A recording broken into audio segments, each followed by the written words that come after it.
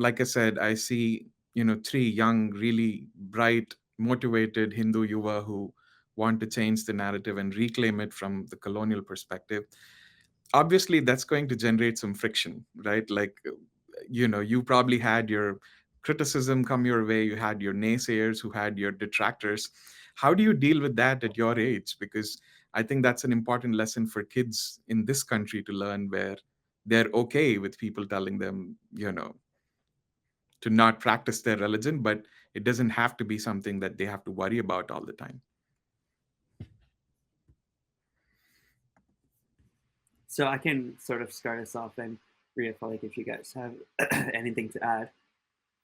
So I think the way you go about this is very important in the sense that even within Hindu Dharma, one of our biggest values and principles is um, let thoughts come from anywhere, right? We don't reject any perspectives, we don't reject any sort of criticism. We allow it to come our way and we have discussions on those. Like if you look at like Adi Shankaracharya, for example, right? He was an Advaita philosopher. He was traveling all over India, but he didn't simply go around rejecting people's ideologies, right?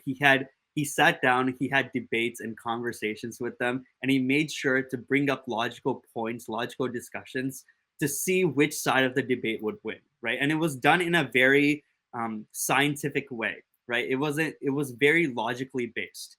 I think we need to learn that from our ancestors. We need to learn those methods of argumentation. We need to learn those methods of debating, because at the end of the day, we're a truth-seeking culture, right? We want the truth. We want to understand the truth, and the truth can come from anywhere, right? The truth doesn't have to come from an academician, for example. It can come from a fisherman that lives in India. Like we never know where the truth can come from. Therefore, we need to keep our mind open to multiple perspectives and look at it with a very logical sense, and that we can't let our ego stop us. Basically, we need to be able to look at every perspective we can. And obviously, if it's logically incorrect, we need to be bold and say that, like, hey, your perspective is logically incorrect and here's why, here's the evidence, here's the argument for that.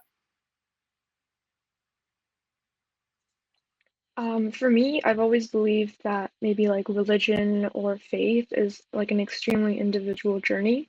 So whenever I hear anything that's maybe different than the path that I'm on, I always aim to just take what I can from, other viewpoints and other opinions. But at the end of the day, they don't get to define what my journey is or where I get to go. So I think it's important to just kind of know what your focus is and not push away when other people influence your journey, but to not let that define what you're going to do. Completely agree with everything Praneeth and Falak said. Same here. My journey of Hindu culture, Hindu Dharma, has been really different from like everyone else, and I can say the same goes for everyone. Everyone's journey is different. So when someone comes up to me and says that this is true, I'll say, okay, I'll reflect on it and I'll see where I can go with that information. I'll talk about it with other people. I'll see what others' perspectives on that are. And I think just taking everything with a grain of salt, right? Like, obviously, everyone is not going to be right. Everyone is not going to be wrong either. Really, like, Hindu Dharma, Hindu culture is all about learning and growing.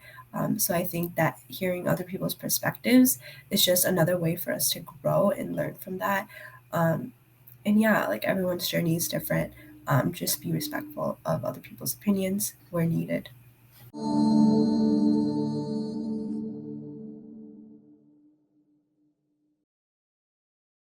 Please remember to subscribe to us and switch on the notifications for this channel.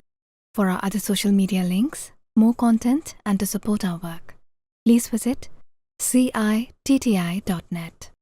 Dhanyavad. Namaskar.